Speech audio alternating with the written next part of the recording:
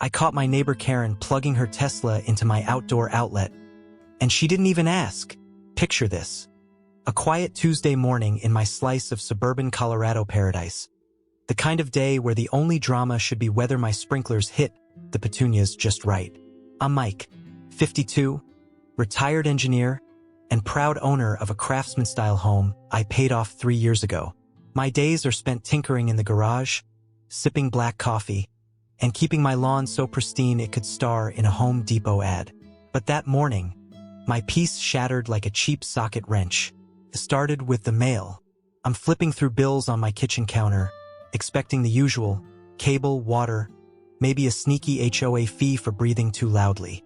Then I see it. My electric bill, $312. Last month, $110. I double-checked the meter number, thinking it's a typo. Nope, my heart does that thing where it skips a beat, but not the fun kind. I'm no rookie. I know my habits. LED bulbs, thermostat at a frugal 68 degrees Fahrenheit. No crypto mining rigs in the basement. So why the hell am I paying to light up half of Denver? I grab my toolbox and head outside, figuring a short circuit or a squirrel with a death wish fried my wiring. That's when I see it. A glossy black cable, thick as a garden hose, snaking from Karen's driveway across my gravel path, plugged right into my outdoor outlet like it's her personal charging station.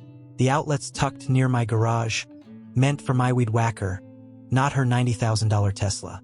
I follow the cable with my eyes, and there's her car, humming smugly in her garage, sipping my electricity like it's happy hour. Now let me paint you a picture of Karen. She's the HOA president, 48 going on 80 in spirit, with a clipboard permanently glued to her hand and a smile that says, "I'm fining you for fun." She once slapped me with a $50 penalty because my mailbox was 2 inches taller than the sacred HOA bylaws allow. 2 inches. I had to rent a saw to fix it, all while she watched from her porch, sipping kombucha like a suburban dictator. Another time, she reported my Christmas lights for excessive wattage. My late wife, Ellen, loved those lights. Taking them down felt like losing her all over again. Karen's been a thorn in my side since she moved in 5 years ago. But this is war. I yank my phone out and snap a photo of the cable, my hands shaking. Not from anger, but from the sheer audacity. I'm half tempted to rip the plug out and toss it in her azaleas, but I stop.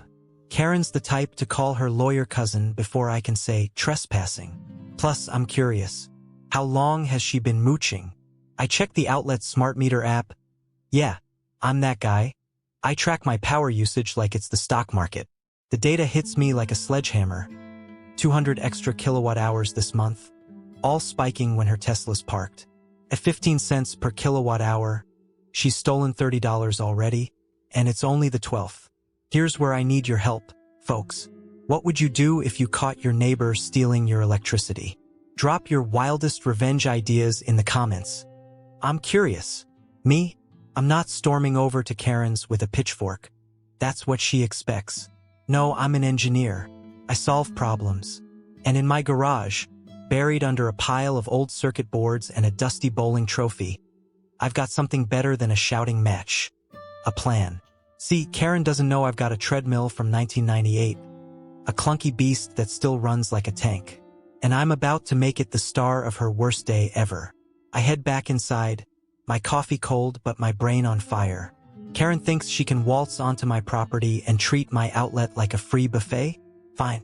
Let's see how she likes charging her Tesla when it's wired to a machine that only works if she does. I pull up my laptop, dig into the specs of her charger. It's one of those smart models, all Wi-Fi enabled and hackable if you know your way around a router. My fingers twitch. This isn't just about the $30.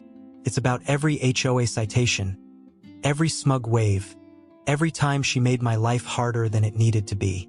By the time I'm done, Karen's going to learn that my electricity doesn't come cheap, and neither does my patience. Karen thought she could mooch my power for free, but she didn't know I'm a man with a garage full of gadgets and a grudge.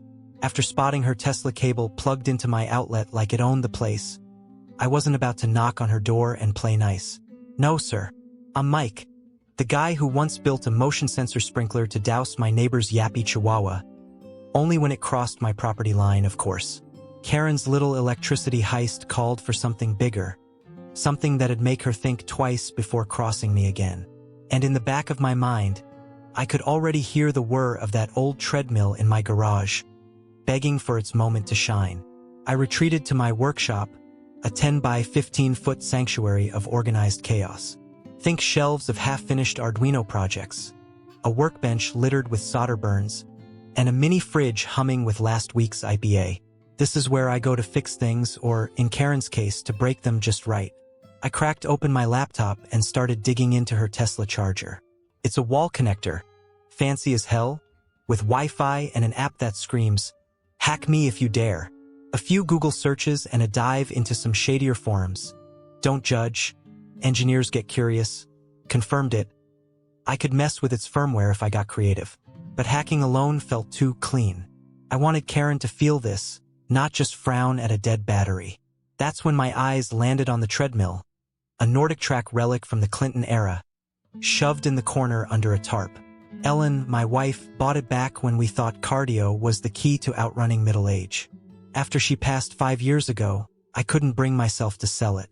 It's a beast steel frame, motor like a small tank, and a power output I'd rewired once for a prank at my old job. See, this thing doesn't just burn calories. It can generate a trickle of electricity if you rig it right. An idea hit me like a spark on a frayed wire. What if I synced Karen's charger to the treadmill's output? Let her precious Tesla sip power only when the belt's spinning. She wants my electricity? Fine. She's gonna have to work for it. I leaned back in my chair, sipping coffee gone cold, and let the plan unfold in my head. The math checked out. The treadmill's alternator could push just enough juice to tease her charger. Say, 5 amps at 240 volts, barely a drip compared to the 48 amps her Tesla guzzles. It'd be like trying to fill a pool with a straw. She'd plug in, wait hours, and get maybe 2 miles of range while the charger beeped like it was having an identity crisis. I chuckled, picturing her pacing her driveway, cursing her faulty car. But this wasn't just about screwing with her commute. It was personal. Karen's HOA reign had been a slow torture. Take last spring. She cited me for non-compliant vegetation because my rose bushes, Ellen's pride and joy, dropped petals on the sidewalk.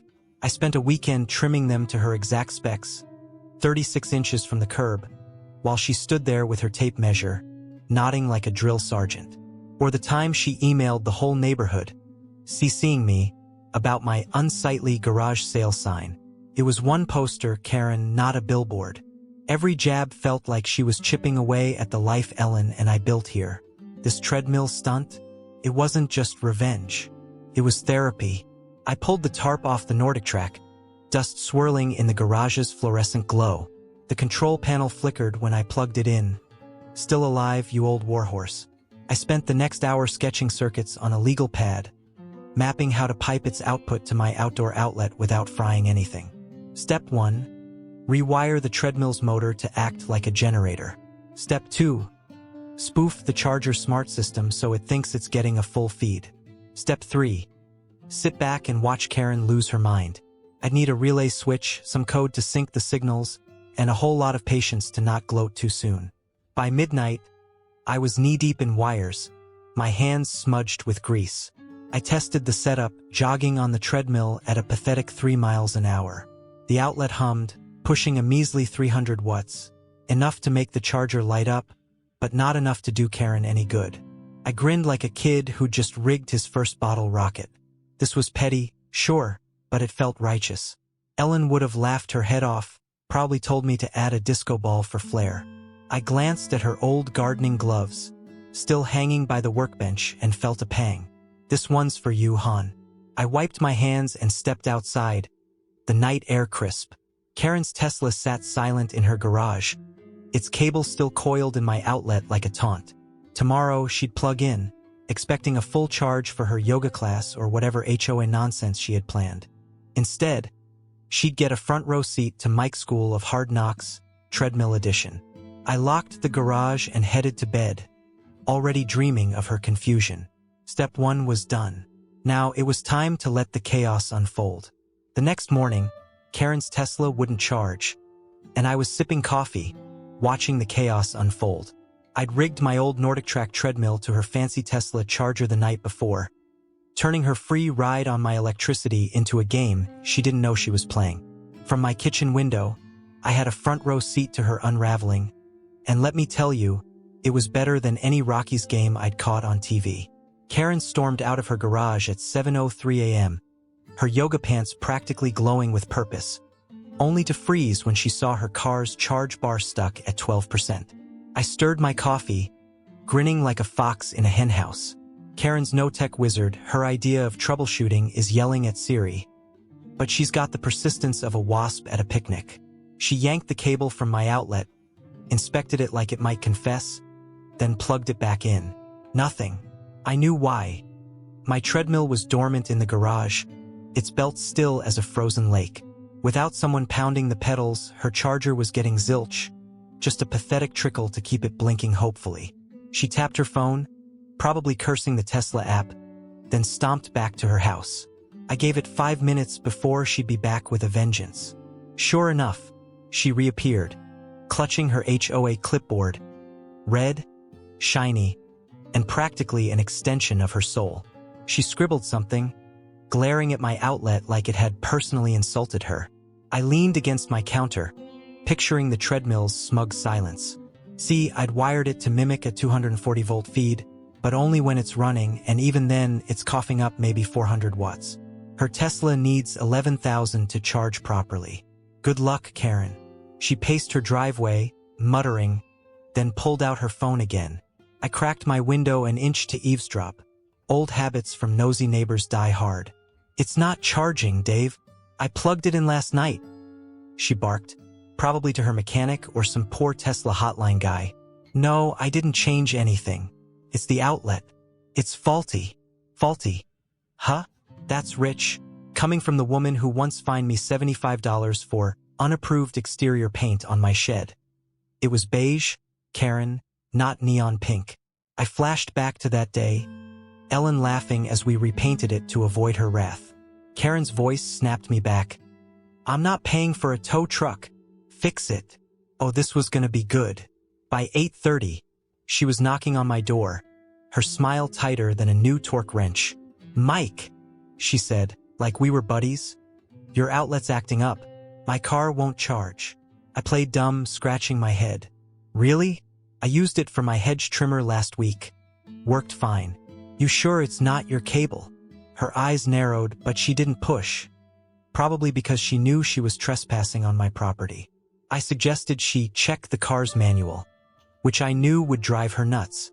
She huffed, clipboard clutched like a shield, and marched off. I closed the door, fist pumping to an empty room. Back at my window, I watched her call someone else. Maybe her lawyer cousin, maybe the HOA board. She was spiraling, and I was here for it. The treadmill trick was working better than I'd hoped.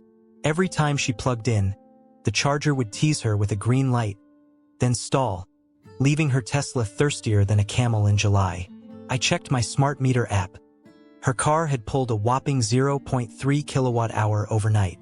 At this rate, she'd need a week to drive to the mailbox. I almost felt bad. Almost. But then I remembered her greatest hits. Like the time she cited me for excessive noise because my lawnmower ran 10 minutes past HOA quiet hours. I was finishing the backyard, for God's sake. Or when she proposed a neighborhood aesthetic fee to fund her pet project. A gaudy fountain nobody wanted. That one got voted down. But not before she'd emailed us all a 12-page PDF of benefits. No, Karen didn't get my pity. She got my Nordic Track, and that was more than she deserved. By noon, she was back at it, unplugging and replugging like it was a cardio workout. I wondered if she'd figure it out. Maybe spot the treadmill's role if she snooped in my garage. But Karen's not the type to get her hands dirty. She'd rather fine me for obstructing her vehicle's functionality or some nonsense. Sure enough, her next move was pure Karen. She taped a neon yellow note to my mailbox, demanding I repair the defective outlet per HOA Rule 9.2. I laughed so hard I spilled my coffee. Rule 9.2 is about snow removal, lady. I snapped a pic of the note for posterity, already planning my next tweak to the system. Karen wasn't giving up, and neither was I. She'd probably drag the whole HOA board into this by tomorrow, waving her clipboard like a battle flag. Fine by me. I'd spent years dodging her petty citations, and now I was playing offense. The treadmill was just the start. I headed to the garage, tools in hand, ready to make her next plug-in even more infuriating. Karen wanted my power? She was about to learn it came with a catch, and a whole lot of sweat. Karen brought an electrician to my house, but I had a surprise waiting in the garage. By day 2 of her Tesla's charging fiasco, I'd turned my morning coffee into a spectator sport, watching her unravel from my kitchen window like it was premium cable. My treadmill trick was humming along, feeding her charger just enough juice to keep her hopes up, but not enough to get her anywhere.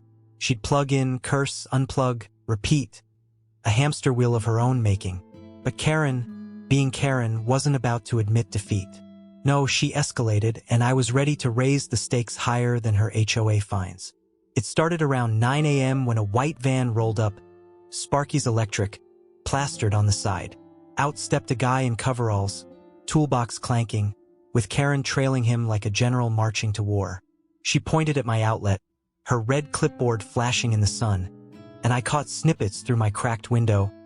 Shoddy wiring, unacceptable, neighborhood standards. Oh, Karen, you're preaching to the choir. I'm the guy who got a $100 citation for a non-regulation fence post. It was half an inch too wide.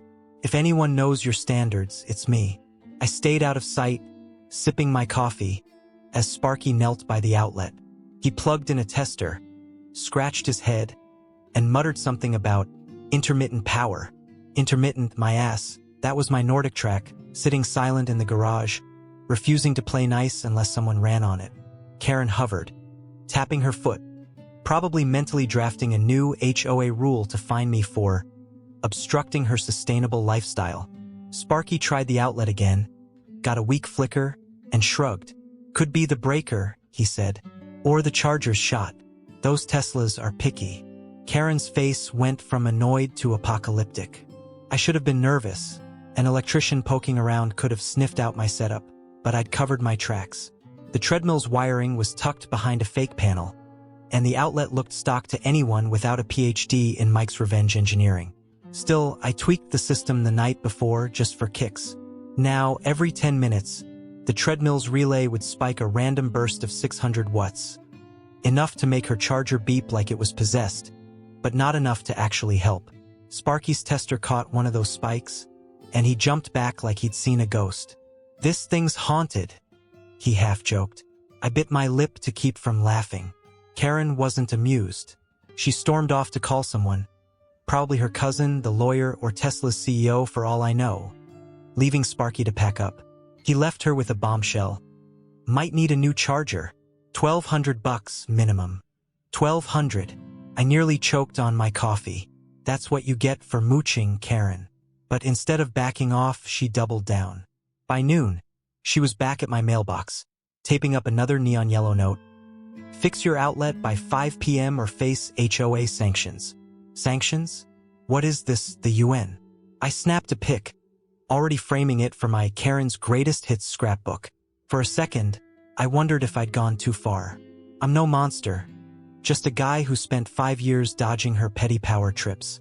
I thought of Ellen, how she'd roll her eyes at Karen's rosebush complaints, saying, "Mike, she's just lonely, let her fuss." But this wasn't fussing. This was theft, plain and simple, dressed up in yoga pants and HOA bylaws. And then I remembered the kicker. Last year, Karen reported Ellen's garden, her memorial garden, for non-compliant roses. "Too thorny," she said. I had to rip them out, roots and all, while she watched from her porch. That memory lit a fire under me. No guilt. Game on. I headed to the garage, tools in hand.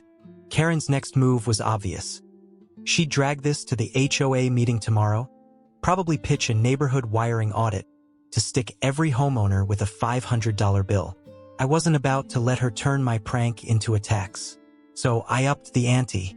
I rigged a motion sensor to the treadmill circuit, tied to her driveway. Now, the charger would only pull power if her Tesla was parked perfectly, within 2 inches of her garage door's center line.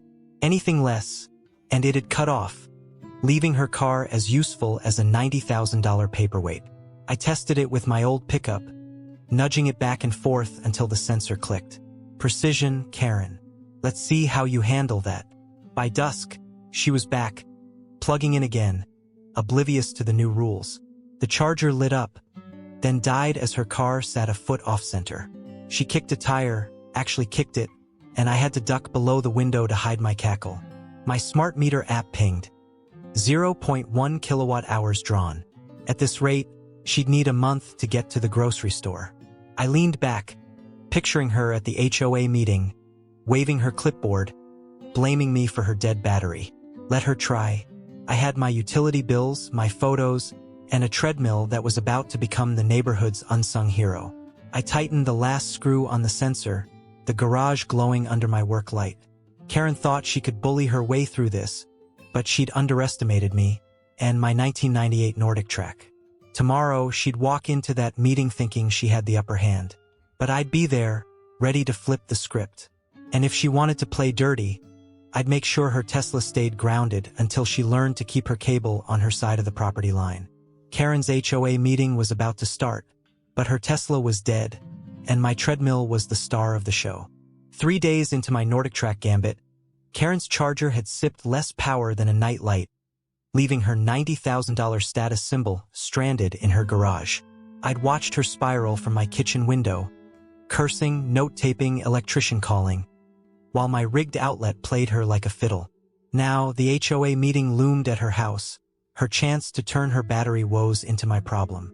But I had a stack of utility bills, a motion sensor trap, and a plan to make her clipboard-waving rain crash harder than her Tesla's range. The meeting was set for 7 p.m., and by 6:30, Karen's driveway was a ghost town. Her Tesla hadn't budged, 8% charge, according to the app I'd borrowed access to during my firmware tweak. She tried plugging in all day, but my new motion sensor setup was merciless. Unless her car was parked within 2 inches of her garage door's center, the treadmill stayed dormant, and her charger got nada. I'd seen her inching the car back and forth, swearing loud enough to scare the neighbor's cat, but she never nailed the sweet spot. Precision's a bitch, Karen. I strolled over, a manila folder tucked under my arm, looking like the model neighbor. Collared shirt, no coffee stains, all business. Karen's living room was packed. 20 homeowners crammed on folding chairs, grumbling about the potluck's sad cheese platter. She stood at the front, red clipboard gleaming, her smile as forced as a used car salesman's. "Let's begin," she said, but her eyes darted to her phone, probably praying for a Tesla miracle. Spoiler, none came. I took a seat in the back, nodding at Old Man Jenkins, who'd been fined $200 for unapproved porch gnomes. We were allies now. Karen breezed through the usual nonsense. Mailbox paint codes, dog leash lengths, then dropped her bomb. "We need a neighborhood wiring audit. Some properties," she glanced at me, "have faulty systems endangering our community." Endangering? Lady, the only danger here's your ego. She pitched a $500 per house fee to ensure compliance, waving a printout from Sparky's Electric like it was gospel. Murmurs rippled through the room. Jenkins whispered, "She's lost it." I stayed quiet, letting her dig her hole. Then came the mini hook nobody saw coming. See, I'd left my garage door cracked that morning. The treadmill in plain sight, power cord dangling like bait. Karen, desperate, had snooped around noon. I caught it on my security cam. She'd climbed onto the Nordic Track, thinking maybe she'd fix her charger by running. Picture it. HOA queen, yoga pants straining, puffing through 10 minutes at 2 miles an hour before collapsing in a sweaty heap. The treadmill gave her charger a pathetic 0.2 kilowatt hours, enough to make her think she'd cracked the code, not enough to matter. I'd nearly spit out my lunch watching the footage. Back at the meeting, I raised my hand. "Karen, about that audit," I said, all innocent. "I checked my outlet after your notes. Found something odd." I opened my folder, sliding out my utility bills. $312 last month, $110 the one before. "See this spike? Started when your Tesla cable showed up on my property." Gasped. Jenkins smirked. I laid out photos, her cable snaking across my driveway, timestamps matching the meter spikes. HOA Rule 17.4, I quoted, "Calm as a lawyer," says unauthorized use of neighbor utilities is a $1,000 fine, payable to the victim. Karen's face went from smug to scrambled egg. "That's not accurate," she stammered. But the room wasn't hers anymore. Mrs. Lopez, who'd been fined for excessive Halloween pumpkins, piped up, "You're charging your car on his dime? That's low, Karen." The crowd turned, muttering about her hypocrisy. She'd preached community standards while mooching my power. I drove the nail in. "I propose we skip the audit and enforce the rule. I'll donate the fine to the park fund." "New benches, maybe?" Cheers erupted. Jenkins slapped my shoulder. Karen tried to rally, babbling about misunderstandings. But her clipboard looked limp now, like a flag at half-mast. The vote was swift. 18-2 against her audit, Rule 17.4 upheld. She sat down, deflated, as I pocketed my folder. The twist? I'd already locked my outlet with a coded box that morning. No more free rides. Karen's Tesla would have to find juice elsewhere. Maybe at the mall's slow charger, where she'd probably park across 3 spaces. As we filed out, neighbors clapped my back, grinning like I'd slain a dragon. I felt lighter than I had in years, like Ellen was somewhere chuckling, saying, "That's my guy." Karen avoided my gaze, her clipboard tucked away. She'd lost more than a vote tonight, her HOA crown was dented, and she knew it. I walked home under the stars, my craftsman glowing in the moonlight, finally mine again. If you laughed at Karen's treadmill workout or cheered when her audit tanked, hit that like button, share this with your buddies, and subscribe with the bell icon so you don't miss my next neighbor takedown. I'm not saying I've got more pranks up my sleeve, but let's just say my garage is still humming. The dust settled, and Karen's Tesla cable was gone from my outlet for good. The morning after the HOA meeting, I stood on my porch, coffee in hand, watching the Colorado sun creep over my petunias. My craftsman home felt like mine again. No neon notes, no clipboard glares, just the hum of a neighborhood finally free of Karen's reign. I turned her power grab into a $1,000 fine, donated it to the park, and left her HOA crown in tatters. But as I sipped my brew, I wasn't gloating. Well, maybe a little.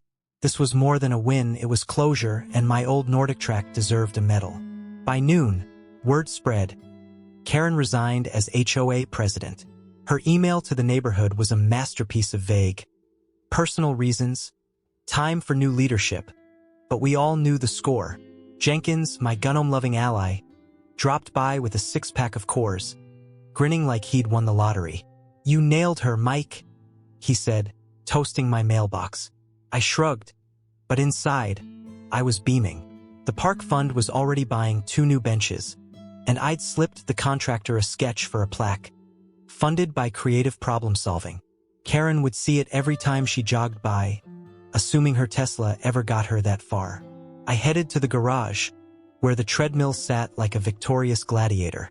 I'd unhooked it from the outlet, but not before bolting a coded lockbox over the plug. $29.99 at Home Depot, worth every penny. No more moochers. I ran my hand over the Nordic Track's worn belt, thinking of Ellen. She'd bought it to keep us young, then laughed when I used it once and tripped over my own feet. After she passed, I kept it as a reminder of her spark. Rigging it to mess with Karen felt like Ellen was in on the joke, cheering from somewhere with a glass of her favorite Merlot. I smiled, then covered the treadmill with its tarp. It had earned a rest. The neighborhood shifted after that. Mrs. Lopez waved when I mowed my lawn, no longer paranoid about Karen's excessive grass clippings rule. Kids played basketball past 8 p.m. without her noise complaints. Even the HOA meetings got bearable. Jenkins took over, promising less nonsense, more beer. I started thinking maybe I'd join the board not to rule, but to keep things fair. Karen's fines had hit me hard after Ellen's funeral, when every dollar went to hospital bills. I didn't want anyone else buried in red tape for planting the wrong roses. Karen herself? She kept a low profile. I saw her once, hauling a new charger to her garage. Portable, clunky, probably sucking juice from her own meter now. She didn't look my way and I didn't wave. No need to rub it in. She'd learned her lesson, or at least I hoped so. Her Tesla was spotted at the mall's slow chargers, parked crooked as always, but that wasn't my circus anymore. I had my outlet, my peace, and a yard full of petunias that'd make Ellen proud. Sitting at my workbench that night, I sorted through old tools, finding Ellen's gardening gloves tucked behind a can of WD-40.